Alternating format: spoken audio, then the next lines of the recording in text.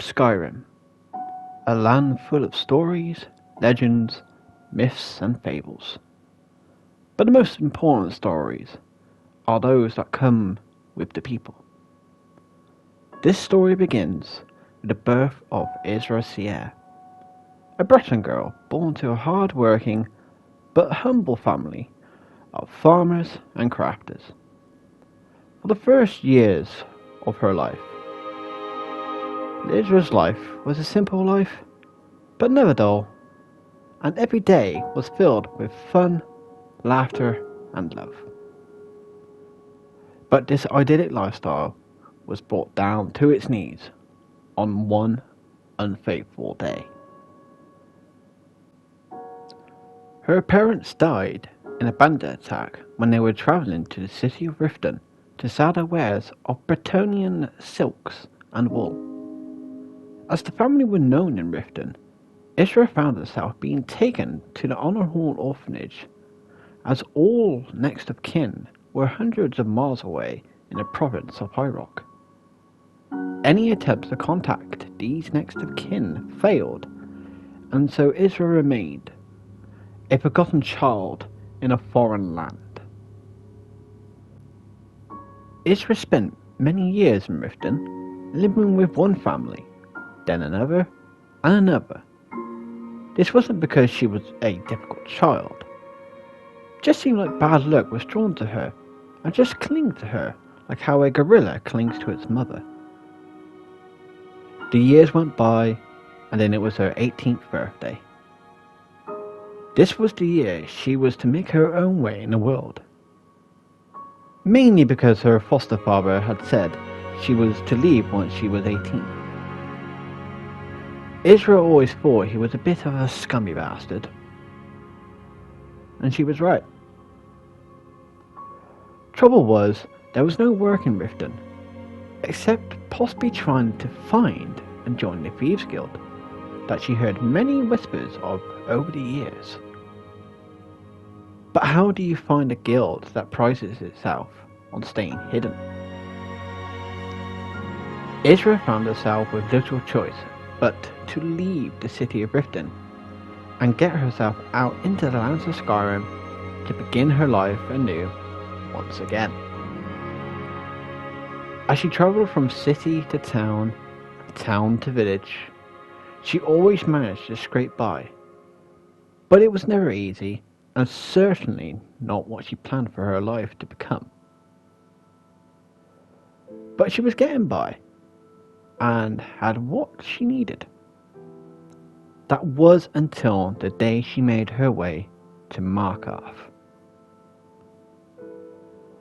Markarth, the mountain city.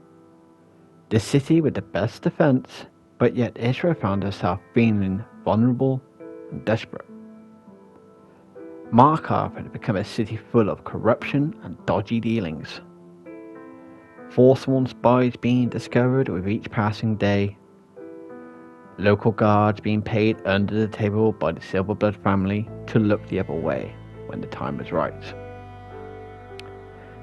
This was not a city for a young woman to be alone. One night, this scenario became a reality. On this fateful night, Izra had been set upon by one of the many corrupted city guards. Dragged to the warrens, Izra was stripped and beaten of her decency and innocence.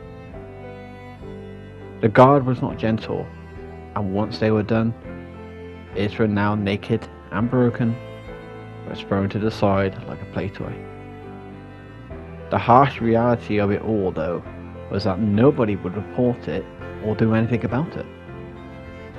After all, it happened in the Warrens. Would anyone else in the city care? The Warrens is where you go to be forgotten. The attack changed Izra. She had become a broken woman, and over the next few years, she sold herself for the needs of men on the cobbled streets of Markarth.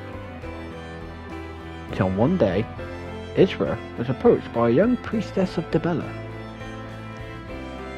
The priestess seemed familiar to Izra. but she didn't know where from though. The priestess though decided to do one thing that Izra had lost hope on. Help. Over the next couple of years, Izra worked to rebuild her confidence, to rebuild herself. Then the day finally came when Izra felt that she could make it on her own again. The Temple of the Bella did not ask for repayment or for favors, but only for Izra to make her life the way that she wanted it. But to keep the Bella within her heart. Izra decided to make her way back to the Rift and travel back to Riften, a city she had not seen for a long time. But to her, it was home. On the journey back, Izra reflected on all that had happened. As she pondered on it, she didn't think to herself that what she did was a mistake or wrong. She was the one who made the decision, albeit that her mind at the time was addled and trying to reach out in the silence. Then suddenly it came to her. The priestess that held out that hand of help. The priestess was Elise, an old friend from many years ago, growing up at the orphanage. Izra vowed to herself that one day she would go back to Markov and visit Elise, to show Elise what she has helped her achieve.